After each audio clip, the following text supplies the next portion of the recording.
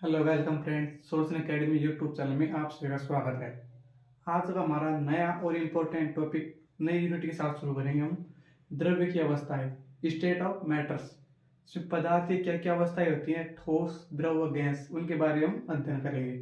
तो मैं आपको धीरे धीरे पहले द्रव्य द्रव्य की अवस्था में पहले लिक्विड, सबसे पहले गैस स्टेट, फिर अपन लिक्विड स्टेट, फिर सॉलिड स्टेट, इन सब के बारे में धीरे धीरे अध्ययन करेंगे। और आज हमारा नया इंपॉर्टेंट टॉपिक रहेगा गैसों के नियम।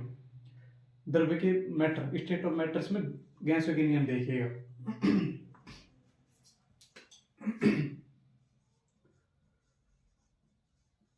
स्टेट ऑफ मैटर, द्रव्य की अवस्थाएं। द्रव्य की अवस्था में पहले समझेंगे गैसियस स्टेट।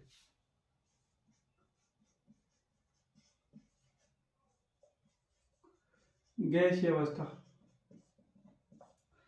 तो गैसीय अवस्था क्या होती है? गैसीय अवस्था में अणुओं की स्थिति किस प्रकार होती है? गैसीय अवस्था में अणुओं के मध्य दूरी अधिकतम होती है। सबसे पहले होती है दूरी मैक्सिमम, दूरी अधिक होती है। गैसीय अणुओं के मध्य दूरी अधिकतम होती है तथा अंतराणु का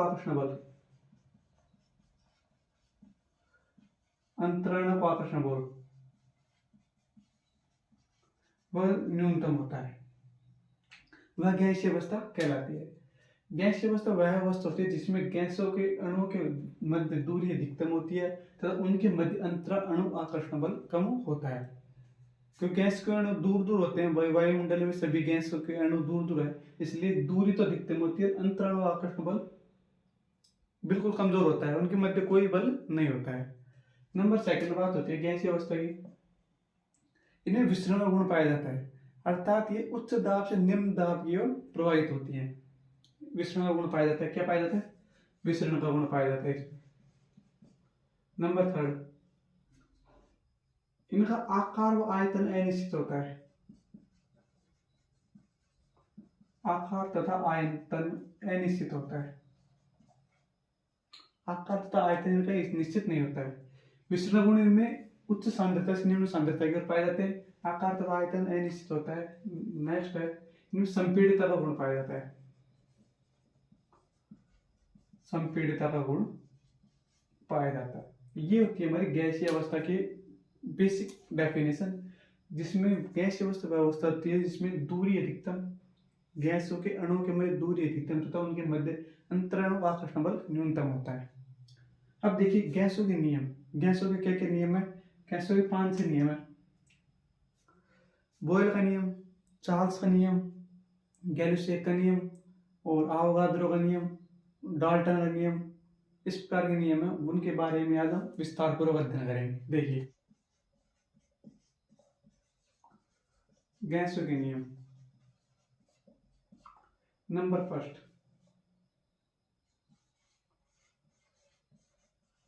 बॉयल्स लॉ। बॉयल का नियम क्या कहता है? देखिए बॉयल का नियम कहता है कि स्थिर ताप पर, क्या, टेम्परेचर कांस्टेंट, स्थिर ताप पर गैसों का दाब उनके आयतन के व्युत्क्रमानुपाती। क्या है? स्थिर ताप पर किसी गैस का ताप स्थिर ताप पर निश्चित द्रव्यमान वाली, एक निश्चित द्रव्यमान वाली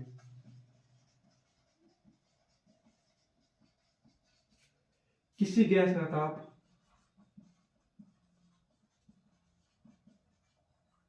दाब उसके आयतन के समानुपाती होता है, आयतन के व्युत्क्रमानुपाती होता है।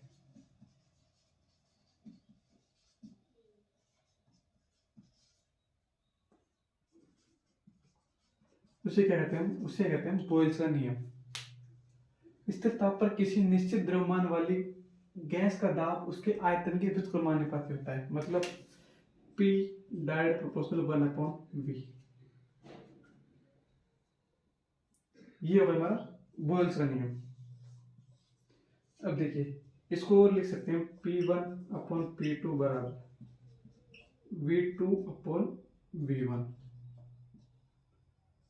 ये हमारा बोयल का नियम, इसे कहते हैं बोयल्स का नियम। देखिए यदि ग्राफ से समझे,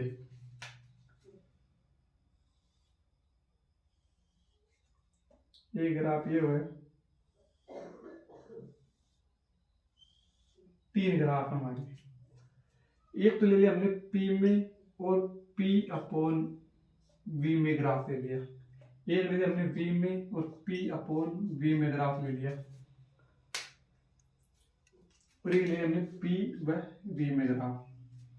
देखिए P और P अपॉन V में ग्राफ लेंगे तो यहाँ पर देखिए इसका मान क्या होता है, इसका मतलब होता है P बराबर कॉन्स्टेंट 1 अपॉन V। यदि P को इसके नीचे लेकर आएंगे तो बराबर क्या रह जाएगा, कांस्टेंट। तो PV का मान क्या है, कांस्टेंट। यहाँ पर हमें स्ट्रेट लाइन प्राप्त होगी। PV का मान सदैव कांस्टेंट है, PV का मान नहीं बढ़ रहा है, सिर्फ P का मान बढ़ रहा है। यहाँ पर PV का मान भी कांस्टेंट हो जाएगा। और देखिए यदि P 1 अपॉन V लेंगे,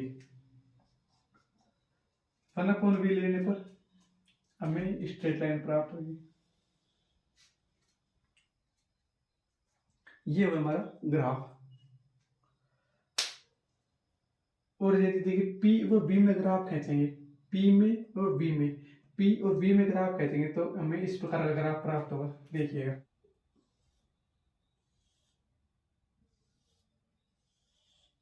देखिए P और V में ग्राफ खींचेंगे तो हमें इस प्रकार का ग्राफ प्राप्त होगा। P का मान बढ़ रहा है तथा V का मान घट रहा है, लेकिन इस प्रकार ग्राफ हम नहीं कह सकते। क्यों? क्योंकि एक दूसरे व्युत्क्रमण पर यदि P का मान बढ़ेगा तो V का मान घटेगा, फिर V का मान घटेगा तो V का मान बढ़ेगा तो P का मान घटेगा। एक दूसरे के व्युत्क्रमण पाती है, इसलिए इस ग्राफ को सॉल्व करना थोड़ा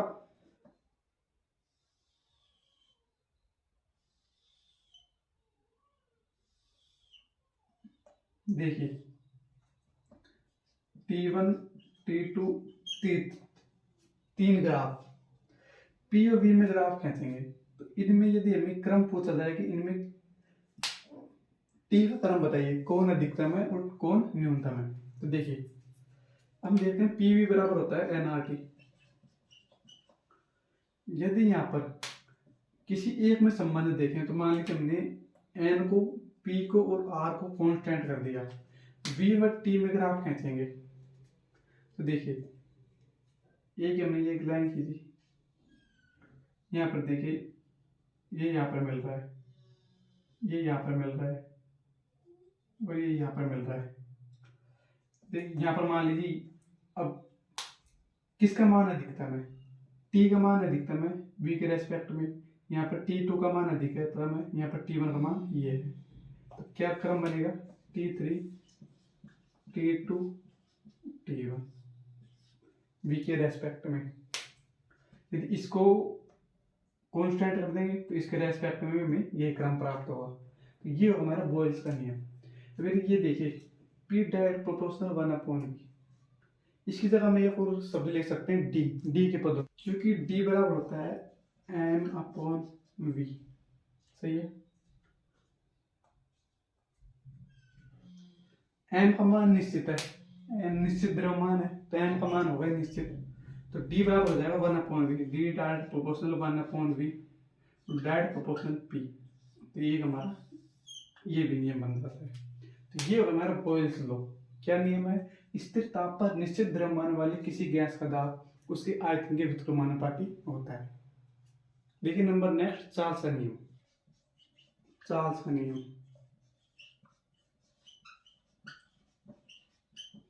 देखिए 1 डिग्री सेंटीग्रेड ताप की वृद्धि करने पर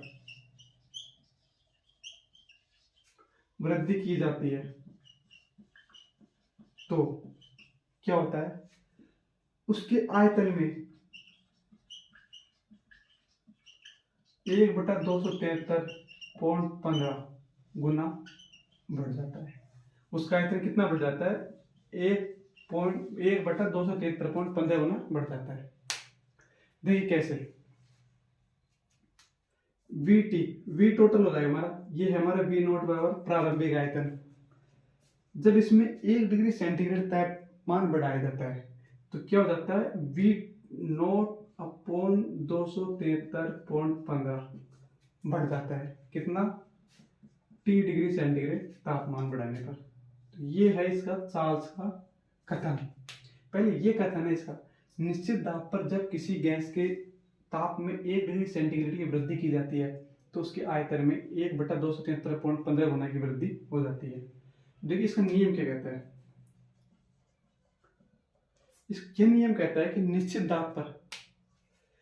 निश्चित दाब पर किसी गैस का आयतन उसके टेम्परेचर यानी ताप के समानुपाती होता है। क्या? वापस समझे, निश्चित दाब पर निश्चित द्रव्यमान वाली गैस का आयतन उसके ताप के समानुपाती होता है। V direct proportional T। सही है, आयतन ताप के समानुपाती है निश्चित दाब पर और निश्चित द्रव्यमान वाली गैस का। तो ये हो जाएगा हमारा V1 अपॉन V2 बराबर T1 अपॉन T2। ये हमारा चार्ल्स का नियम आप लिख लेना। क्या है? वापस बोल रहा हूं कि जब किसी निश्चित द्रव्यमान वाली गैस को निश्चित दाब पर, स्थिर दाब पर उसका आयतन उसके ताप के समानुपाती होता है। अब देखिए ग्राफ देखते हैं।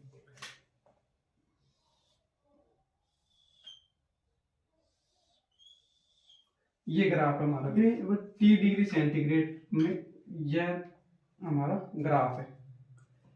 जब यह ग्राफ खींचा जाता है V में और T केल्विन में खींचा जाता है। जब V और T में ग्राफ खींचेंगे केल्विन में, तब तो ये होगा स्ट्रेट लाइन प्राप्त होगा। लेकिन जब V में और T डिग्री सेंटीग्रेड में खींचा जाएगा ग्राफ, तो ये स्ट्रेट लाइन प्राप्त नहीं होगा। कैसा प्राप्त होगा? कुछ पीछे की ओर प्राप्त होगा। इस प्रकार की स्ट्रेट लाइन प्राप्त होगी। स्ट्रेट लाइन प्राप्त होगी, इस प्रकार प्राप्त होगी। क्यों होगी? क्योंकि गैस को एक निश्चित न्यूनतम तापमान की आवश्यकता होती है गैसीय अवस्था में बने रहने के लिए। वह न्यूनतम तापमान के बाद वह गैसीय अवस्था में रहकर द्रव अवस्था में हो जाती है। यहाँ पर कितना टेम्परेचर चाहिए हमें? -273.15 डिग्री सेंटीग्रेड। इतना टेम्परेचर से शुरुआत होती है, फिर हमें ये ग्राफ प्राप्त होता है। लेकिन केल्विन पे हमें डायरेक्ट 0 पॉइंट से ग्राफ प्राप्त होता है। तो इसको कहते हैं परमताप। ये होता है हमारा परमताप। अब देखिए, इससे अगर और डिफाइन करें, हमें ये हो हमारा ग्राफ P1 P2 P3, ये ग्राफ है। यदि P1 P2 P3 का यदि हमें इसका क्रम पूछे तो किस प्रकार ज्ञात करेंगे? देखिए, हमें यहाँ पर P बराबर nRT, तो यहाँ पर लेते हैं P और T में संबंध के साथ। तो V को N और R को स्थिर करने पर तीनों को स्थिर कर देंगे। तो देखिए, एक हमने ये लाइन खींची, ये वाली, सही है। इसको यहाँ पर मिलाया, इसको यहाँ पर मिलाया, इसको यहाँ पर मिलाया। ठीक, किसका मान अधिकतम आ रहा है? P3 का मान अधिकतम आ रहा है, P2 का मान कम आ रहा है और P का मान, तो ये P1 का मान कम आ रहा है T के रेस्पेक्ट में। तो क्या ग्राफ बनेगा हमारा? P3 P2 P1। क्यों बनेगा? क्योंकि यहाँ पर देखिए, P को बढ़ाएंगे तो T का मान भी बढ़ेगा। जैसे जैसे P का मान बढ़ाएंगे वैसे T का मान बढ़ेगा। यहाँ पर T का मान बढ़ रहा है तो P का मान भी बढ़ता हुआ क्रम होगा। ये हमारा चार्ल्स का नियम। यदि V में और T में ग्राफ खींचेंगे, V और V बाई T में, तो कैसा प्राप्त होगा? V बाई T और T में जब ग्राफ खींचेंगे तो V बाई T तो क्या है? कांस्टेंट है। तो हमें इस प्रकार का ग्राफ प्राप्त होगा। देखिए, यहाँ पर छोटे से देखेंगे, ये होगा V और V बाई T। तो इस प्रकार की स्ट्रेट लाइन प्राप्त होगी। क्यों? क्योंकि यहाँ पर V बाई T का मान स्थिर है। तो ये हमारा चार्ल्स का नियम। नेक्स्ट देखिए नंबर 3, परम शून्य ताप क्या है? वह न्यूनतम ताप, वह मिनिमम टेम्परेचर जिस पर गैसीय अवस्था को इस गैस को गैसीय अवस्था में बने रहने के लिए आवश्यक होता है। यदि उससे कम टेम्परेचर मिलेगा तो वह गैसीय अवस्था में न रहकर द्रव अवस्था में परिवर्तित हो जाएगी, उसे कहते हैं, उसे परम शून्य ताप कहते हैं। इसका मान कितना होता है? 0 केल्विन बराबर होता है -273.15 डिग्री सेंटीग्रेड। ये हमारा परम शून्य ताप। इस टेम्परेचर के नीचे गैस का गैसीय अवस्था में अस्तित्व न रहकर द्रव अवस्था में परिवर्तित हो जाती है। नंबर 3 देखिए, नियम हमारा स्थिर आयतन नियम, गैलूस एक।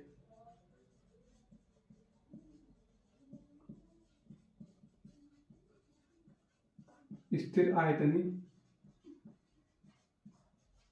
नियम।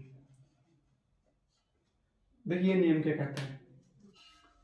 यह नियम कहता है कि स्थिर आयतन पर निश्चित द्रव्यमान वाली गैस का दाब उसके ताप के समानुपाती होता है। P dead proportional P। स्थिर आयतन पर निश्चित द्रव्यमान वाली गैस का दाब उसके तापमान के समानुपाती होता है। तो P1/P2 बराबर T1/T2 ये हमें प्राप्त हो गया। अब देखिए इसको ग्राफ के सहित समझते हैं।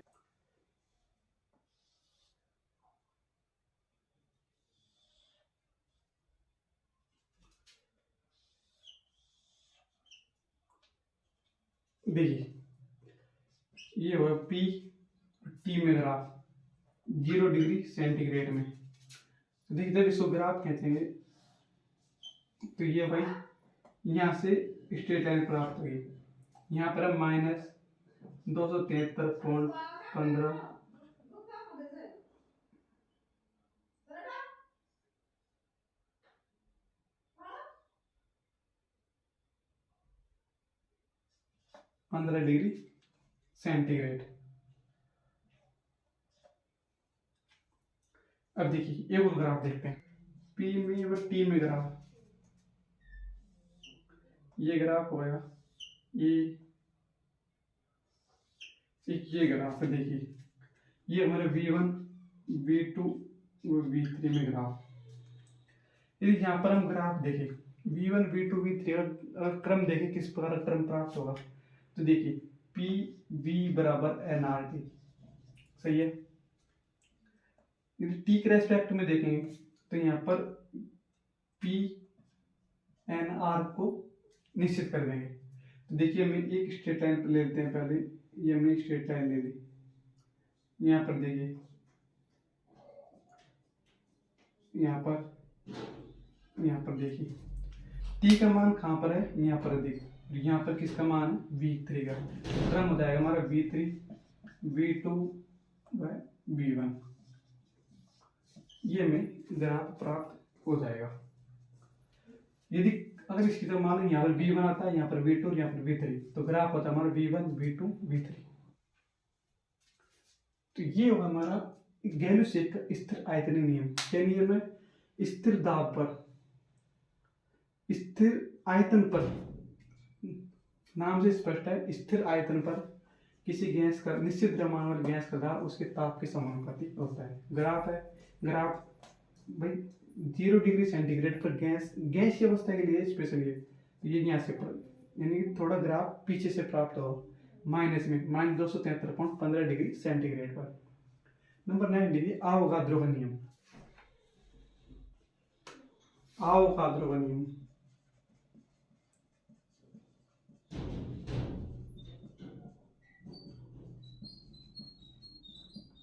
देखिए नियम क्या कहता है?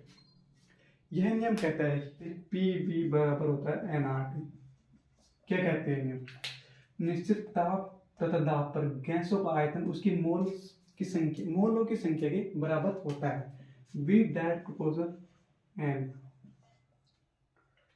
तथा एक कथन हो रहा है कि निश्चित आयतन पर निश्चित ताप तथा निश्चित ताप व दाब पर किसी गैस का आयतन निश्चित ताप तथा दाब पर समान गैसों के आयतन, भाई गैसों की समान है, उन पर ताप व दाब समान है, तो क्या होगा, उनमें उनके मोलों की संख्या भी समान होती है। तो ये होता है हमारा आवोगाद्रो का नियम। इसके बेसिस पर हम क्वेश्चंस को सोल्व कर सकते हैं। अब देखिए नंबर 5, ये होगा आवोगाद्रो का नियम। यदि इसका हम अगर डेफिनेशन देखें तो डेफिनेशन तो इतनी सी है कि ये निश्चित ताप तथा दाब पर निश्चित द्रव्यमान वाली गैस का आयतन उसके मोल की संख्या के समानुपाती होता है। फिर वह एक कथन और है जो मैंने बताया आपको, फिर इसके न्यूमेरिकल सोल्व करें तो न्यूमेरिकल सिर्फ इससे ही सोल्व होते हैं। नंबर 5 नेक्स्ट देखिए हमारा कौन सा नियम है,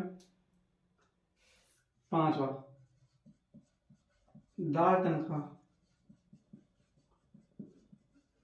आंशिक दाब का नियम।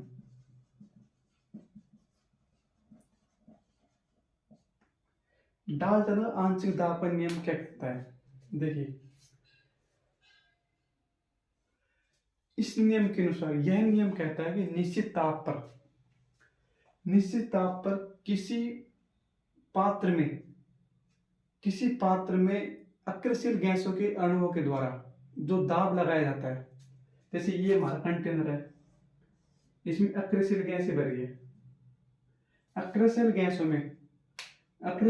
गैसों के द्वारा जो दाब लगाया जाता है वह उसमें आयतन में उपस्थित प्रत्येक गैस के आंशिक दाब के योग के बराबर होता है। क्या है, पी टोटल, कुल आंशिक दाब, कुल दाब के क्या होता है, P A plus P B plus P C, ये होता है डाल्टन का आंशिक दाब का नियम। क्या है, इस नियम के अनुसार यह नियम कहता है कि निश्चित ताप पर किसी पात्र में अक्रियशील गैसों के अणुओं के द्वारा जो दाब लगाया जाता है, जो कुल दाब होता है वह उसमें उपस्थित प्रत्येक अणु के आंशिक दाब के योग के बराबर होता है। इसे कहते हैं डाल्टन का आंशिक दाब का नियम। दाब कैसे निकाला जाता है, आंशिक दाब होता है मोल इनटू कुल दाब टोटल प्रेशर, ये होता है आंशिक दाब। इसको आंशिक दाब से हम आंशिक दाब ऐसे निकालते हैं, ये होगा हमारा पी टोटल, जिसमें उसमें कितने अणु है, इस पात्र में मान लो ए गैस के अणु भी है, बी गैस के अणु भी है, सी गैस के अणु भी है, इसके द्वारा दाब लगाया जा रहा है, इसके द्वारा दाब लगाया जा रहा है, इसके द्वारा भी, इन सब के द्वारा दाब लगाया जा रहा है। तो प्रत्येक गैस के अणु के द्वारा जो आंशिक दाब लगाया जाता है उनका योग क्या कहलाता है, पी टोटल, डाल्टन का आंशिक दाब का नियम। कुल दाब इतना होता है। नंबर 6 ग्राम का विसरण नियम।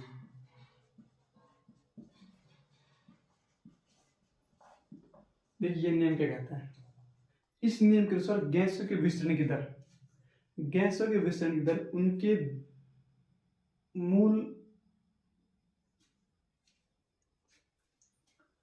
इस नियम के अनुसार गैसों के विसरण की दर उनके मोलिकुलर वेट अणुभार तथा उनके घनत्व, या तो उनका अणुभार या उनके घनत्व के वर्गमूल के व्युत्क्रमानुपाती होता है।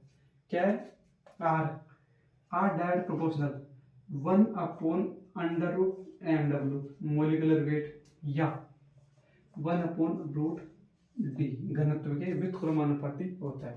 तो इसको सोल्व करेंगे तो R1/R2 बराबर m2/√m1 बराबर d2/d1। ये है हमारा ग्राम का विसरण नियम। क्या है, इस नियम के अनुसार गैसों के विसरण की दर R उनके अणुभार मोलिकुलर वेट के व्युत्क्रमानुपाती, वर्गमूल के व्युत्क्रमानुपाती या उनके घनत्व के व्युत्क्रमानुपाती होता है, घनत्व के वर्गमूल के व्युत्क्रमानुपाती होता है। ये हमारे गैसों के नियम, गैसों के 6 नियम है जो मैंने आपको विद थ्योरी के साथ लिखवा दिए। आशा करता हूँ दोस्तों आपको टॉपिक समझ में आया और टॉपिक आपकी स्टडी के लिए हेल्पफुल रहेगा। नेक्स्ट वीडियो में हम आपको क्या समझाएंगे, गैसों का आदर्श गैसों का नियम। Thank you and welcome.